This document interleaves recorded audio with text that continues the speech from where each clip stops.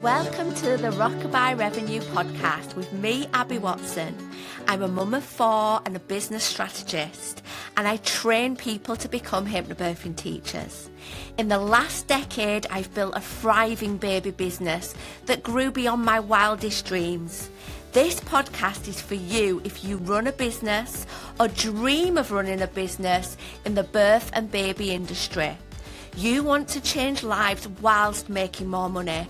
I'm talking about creating sustainable income whilst being present for the people that matter most. I believe for our baby businesses to have the impact we desire, we must be rewarded. On this podcast, expect me to share actionable strategies without the jargon. I've been where you are. I've built a business while raising 4 little ones, and now I'm here to help you turn your passion into profit while creating the life you've always dreamed of. So let's get started. Oh, lovely one. Gorgeous to see you. Well, I am just coming on the back of a launch at Love Your Birth, and our launch periods that we have a couple of times a year are a real full-on time. Now, I've got to admit, though, that I'm several launches in my business. I've done this many times, and it's a lot easier now than it was in the early days. But whilst I was running my launch, which I'll explain in a moment, one of our gorgeous graduates at Love Your Birth asked me about it and said, I'm seeing what you've done, and I was thinking that actually this could potentially work in my hypnobirthing business. And of course it could. The model that I use could absolutely be adapted to so many different types of businesses. And it can be a really fantastic way of getting that boost of bookings. So for me, at Love Your Birth, I enroll onto my training all year round. Okay, I don't just open the doors during certain periods. Anyone can train with us at any time. They don't need to wait.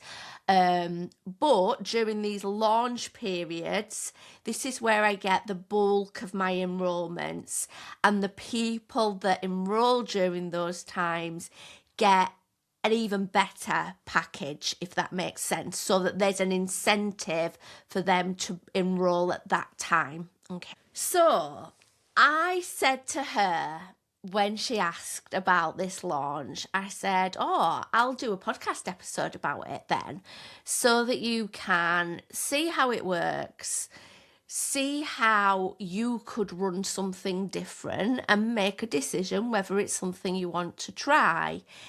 I'll also definitely share, some of the lessons that I've had along the way with this, because like I said, I've been running launches for quite a long time now. I can't think whether my first one was, I think it was 2022. So I've definitely been doing these a good few years, and I've basically just tweaked and improved as I've gone. The first time I ever did it was certainly not as good as the second time, and so on. And there's sometimes that I tweak things and I'm like, actually, I think it was better before, and then I'll go back to that time. But this is the great thing about business. Like, we can try things and we can have our biggest lessons through actually doing. Okay. So what the hell is Abby talking about when she talks about a launch? So a launch is often thought about in terms of someone launching their business, isn't it? They're getting started, they're getting themselves out there, and absolutely that could be true. Or it might be someone thinking about launching a book launch, the first time this book is available to buy. But actually, launch is a term that is used in business for a bit of a promotion period that, doesn't just have to relate to something that is brand new. Okay. And the formula of a launch is often used by many people in the online business world. So you may yourself have been like a viewer on somebody's launch. So I know, for example, like Lisa Johnson does big launches in her business, and I've been to launches of like Amy Porterfield. Like all these very big people use the launch model in some way, okay? And I'm going to talk about today how I use it, how it makes a difference, how it gets me the bookings, and so on, okay?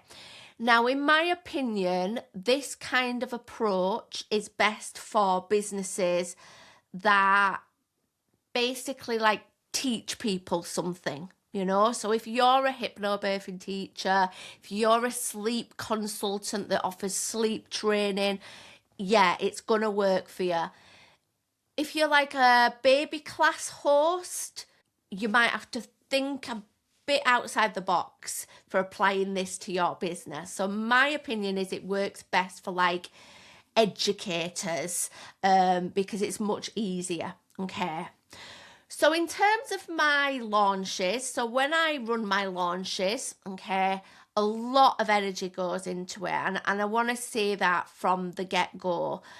Like, if you're going to do this properly, it will absolutely take a lot of your focus and energy through the period that you are doing it, okay? I definitely underestimated that in the early days. I thought, oh, what's doing a bit of a free training and a bit of a promotion? It's not too dissimilar from my tasters. But I think a lot of it is the real feeling of pressure to do well, and that often comes from yourself, doesn't it? And the feeling of like, you're giving such a lot to it, you can have really high expectations for what you get out of it, okay? Now, despite the fact it takes a lot of energy, it is still one of my favourite things to do in my business and one of my most successful ways of getting incredible people to join Love Your Birth, okay? And I'll talk about why that is. And I've got to say that, the most dreamiest of students often enroll this way because they've really been able to try my training before they've committed. So therefore, they are often the people that are already in love with it, are already so wanting to do it. And wouldn't that be fabulous for you too in your business? Having these people come and do your course, come and use your services, who are already so pumped for it, okay? So this is what I do in my business, okay? So in terms of a launch, what I'm doing is I'm having a window open for enrollments where there's a special offer going on. But instead of just putting this special offer out there and saying, oh, if you enroll now, you get this for free, I'm not doing that. Actually, I am running some kind of free thing that is getting people to experience what my training is like, okay? Now, I love doing this over several sessions because I really believe that experience of doing different things multiple times allows those potential clients to build a relationship with me, much more than a random one-off masterclass, okay? So what I do at Love Your Birth is I run a free training, okay? It's over 3 separate days and each session is around an hour. So I call it my 3-day free training, okay? And over the course of those 3 days, the people who sign up get to really experience what training with me is like. But it's really important that I am not just selling to them. I would not feel comfortable doing that at all. And I know that would not be successful. Actually, I want them to really take something from it, regardless of whether they go and do my course. You know? So even if they never enroll to become a hypnobirthing teacher, actually, if they've learned stuff from that free training, fabulous. You know? That's what I want. And I would really recommend that approach for you as well. So really think about, you know, if you are offering free sessions for free, that you are giving value. When we give value, the person, no doubt, is left feeling like, oh my gosh, I can do this and I want more. You know? Just salesy stuff is not going to leave them with that, okay? So, I offer my free training, okay? And the weeks before that, so usually about 3 weeks before that, my huge focus is encouraging people to sign up to that free training. So all my marketing is directed at the free training. Okay, I'm hosting this free training. This is what to expect. Sign up here. I am promoting this everywhere. Okay. Now, these days, I do use Facebook ads, Instagram ads, paid ads to boost that. Okay, but it is absolutely possible to try out this model without paying for ads. Okay, the brilliant thing about paying for ads, though, is that once you've got it working, you can turbocharge it. You know, those ads can get it out to more and more people. Okay, so I do invest in ads to get this free training out to the right people.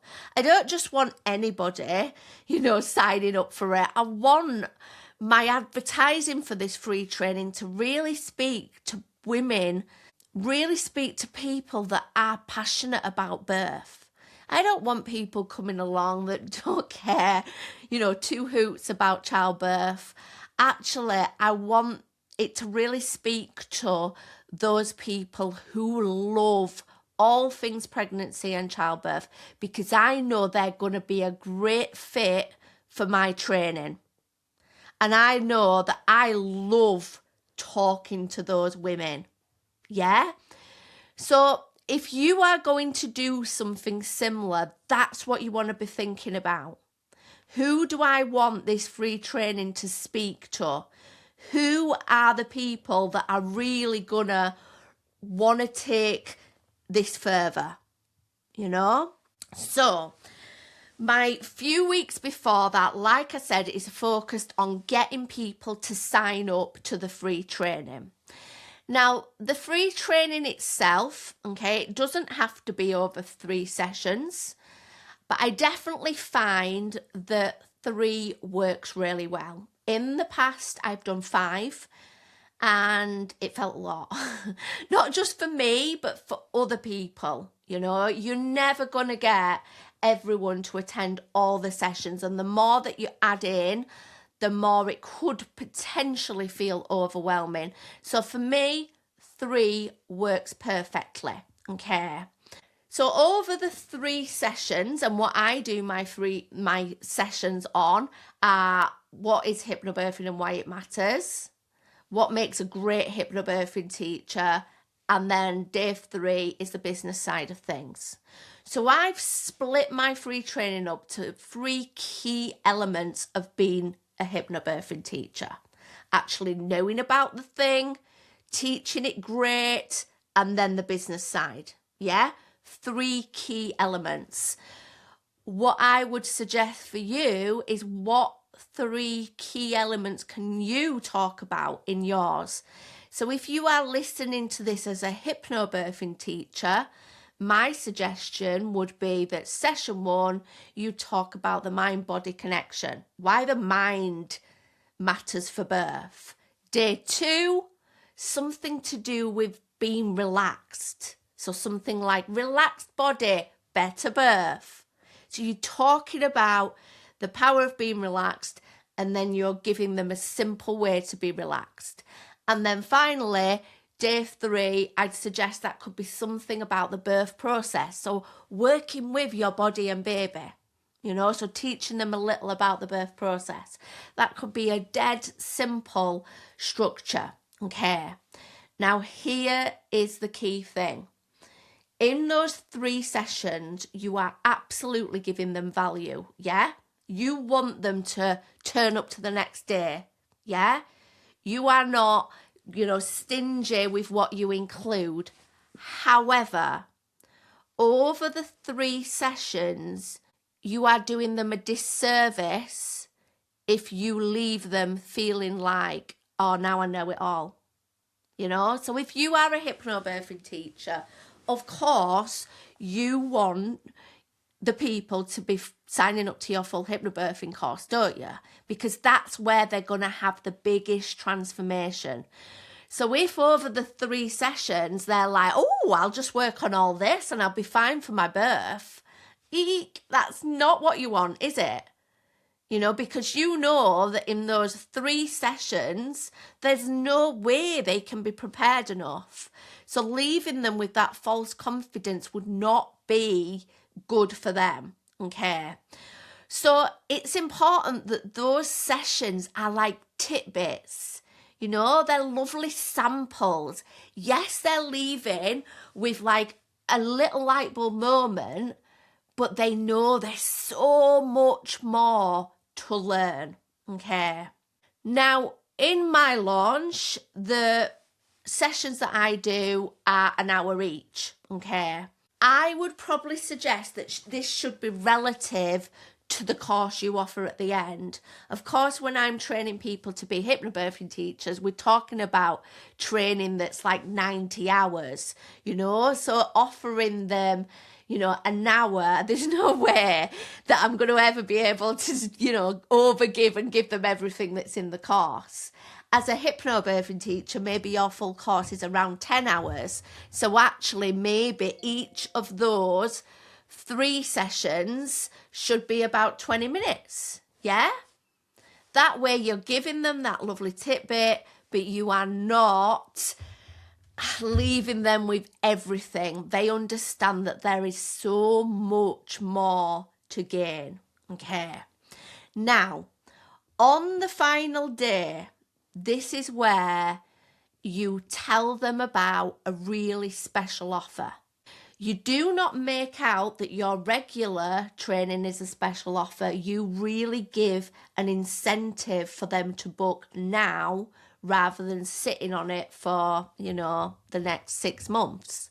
So you give some kind of early bird offer that gives them an incentive to really think about, okay, do I want to do this? Okay, so what I usually do is my 3rd session finishes on a Wednesday, and there's a really short window of like 48 hours for an early bird offer. So those people that have attended the 3 days and they are like, oh my God, loved this, I am so doing this, they're getting, rewarded for that almost like decisiveness, okay? And then there's another offer, okay, that's not quite as big, but there's a real incentive to book within this launch window. So about 10 days after the final session of that 3 days, the overall offer ends. So whilst they can train with me at some other time, they won't get such a juicy offer, okay? So there's a real focus on this time period, okay? Now, what I tend to do is about a week after that 3rd session, I do an hour's masterclass. This is fabulous for those people who have still got questions, have still got things that they want clarifying. So in that hour, I will talk about some of the things that I talked about in the free training and more, okay? And again, that's before the offer expires. Okay. You could do a really similar thing in your business. You'd want to choose a period of time. You'd want to make sure you have the pre-launch going on where you are encouraging those people to come along to your free thing. You are then wanting them to experience such great value in that free thing, but not enough for them to feel like, oh, I just know it all anyway. Then you've got a great juicy offer. Then maybe you've got an hour session where they can find out more if they're still on the fence, and then you've got the end of the final offer. As simple as that. Now, as much as that is the structure, of course, there's so much that goes on as well as that, okay? So those people that have signed up to the free thing, you want to nurture those people. The way that launches work is they are all about relationships. We know that people are more likely to book services where they feel they know and trust the person. And that is going to happen when they have been able to build that relationship with you. So this is why a series of video training works so well, because they're not just stumbling upon you on an advert. They're actually, in front of you. They're actually seeing what you are like, getting your humor or your personality. Okay. Now, as soon as they've signed up, it's not like you have got their details and you're like, right, I'll send you a reminder the day before. To make this a real success, you want to be nurturing them before the first of the free trainings. Yeah? You want to be introducing yourself. You want to be talking about the benefits of the thing. So you want to have a series of emails that are going out even before that training, so it's front of mind for them. Because I tell you what, it's really unlikely that you get even 50% of those people that have signed up to actually attend. Life's busy, isn't it? We are highly distracted. But the more you nurture them in the run-up, the more likely they are to remember it's going on and remember why they signed up in the first place. Yeah? So you're nurturing them before. You're, of course, doing your best on the day, giving them great value, letting them have those light bulb moments, allowing them to get to know you. And then the power is in the follow-up as well. Just because you've told them about your special offer does not mean that they're just going to be like, oh, okay, I'm going to have a think about it. Like I said earlier, life is busy, isn't it? There's loads of things in the back of my mind that I need to be doing, but I'm not getting them done because it's in and amongst all the other things. I need to book the blooming opticians for the kids, but it's just there floating about, right? So we want to keep it front of mind by, again, the follow-up, emails following up, sharing testimonials, sharing success stories, all these things that are going to help them have confidence in booking your thing. Okay. Now, personal outreach, which is where you directly message someone or voice note them or invite you to a call, can be so powerful. Now, I will put my hands up and say, I am not great at this. It scares me. It does. It does. And I know it's so important, but it does. So I know that my potential, in terms of enrollments could be so much higher if I was more on it with the personal outreach. If I was messaging people more, building those relationships, nurturing those potentials. I know I'm not great at that. Okay. And, we've only got limited time, haven't we? And I know that right now it's probably not number one priority. Okay. But definitely if I was you and I was going to do this for the first time, I would really focus in on nurturing those people, reaching out to them personally, seeing how they are, what's going on. The people that feel like they've developed a relationship with you are so much more likely to book your thing. Okay. Now, things that I have learned on the way, always really useful to have some kind of community space to hold all these people in. So the people that join your free training, having some kind of space where they can hang out, like a virtual space. So that might be a Facebook group, it might be a WhatsApp, it might be a broadcast channel, but somewhere where there can be that chat, where there can be that reminding of things that are going on. And it's important to know that even after the offer has ended, it doesn't mean that these people are just not interested anymore. It might be a little bit later down the line, through more conversation, that they do actually take the plunge. So, one thing that I've learned is, like, if you look at your numbers for the free training and you're like, only this many people booked on, well, a couple of months down the line, it might be some of those people that are now booking on. Okay. So it can be beneficial even ages down the line. This is you getting in front of more people, and the more people we are in front of, the more people that connect with us and know how great we are, the more success we're gonna have. It's going to spread. It's all about being visible. It's all about being known and growing that authority. Okay. Another thing that I have learned from this is there are going to be the wrong people sign up for the free training sometimes, So the more you put yourself out there, the more likely you are to have an odd person that's like, what the hell is this? And we mustn't take that personally. Like, if we are putting ourselves out there more, naturally we're opening ourselves up to maybe a little bit more rejection, or a little bit more criticism, or a few more unsubscribes or unfollows. That is okay. It's totally okay. We are not for everyone. And actually, if it leads to the right people joining, that is fabulous. Now, lastly, the thing that I have learned about this is it does take a lot of energy. It does.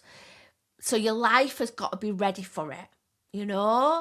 When I'm doing a launch, I know I'm going to need to do less of other stuff in my life. I'm going to need more time and space, because if I'm going to do this properly, I need to have the energy to follow up, the energy to post on social media. And that comes with support, that comes with maybe extra childcare. All those things are going to help this happen. I said lastly, but I have definitely got one last thing. Lastly, plan, schedule, and get things done in advance. I would not suggest that you plan a launch for in 2 weeks' time. You are going to want to have time to create those posts, to plan out what you're going to do, because if you're doing it all in the moment, you will be exhausted. You want to have your bank of posts scheduled ready for it. A bank of emails that are ready to follow people up. So it's there waiting for you. And the wonderful thing is, the next time you do it, you've got everything there ready, and you can think about what worked, what didn't, and what you would improve. And that is magic. So do have a think about whether there is something from what I've just talked about today that you could adapt for your own business. Now, I tell you why this stuff really works and is successful is because it really allows people to gently try and experience what you offer in a no pressure way. They get to build relationships, and it's that makes them so much more likely to take the plunge to book your thing. For me, it's a model that I will hopefully be able to have part of my business for a very long time because I enjoy it. I know I get the best clients through it and it works. So, as always, if you have found this useful, I would love to know what you are taking from it. So come over to my Instagram at loveyourbirth_training and tell me your biggest takeaway. And I shall see you next time for another episode of Rockabye Revenue. Bye! Thank you for listening to Rockabye Revenue. I hope this episode has left you with some fresh ideas and bundles of motivation. If you enjoyed this episode, do make sure you click subscribe so you never miss an installment. And if you found this episode useful, I'd love you forever if you leave a 5-star review, helping this podcast reach the ears of more of the helpers in this world. And remember, keep changing lives. See you next time.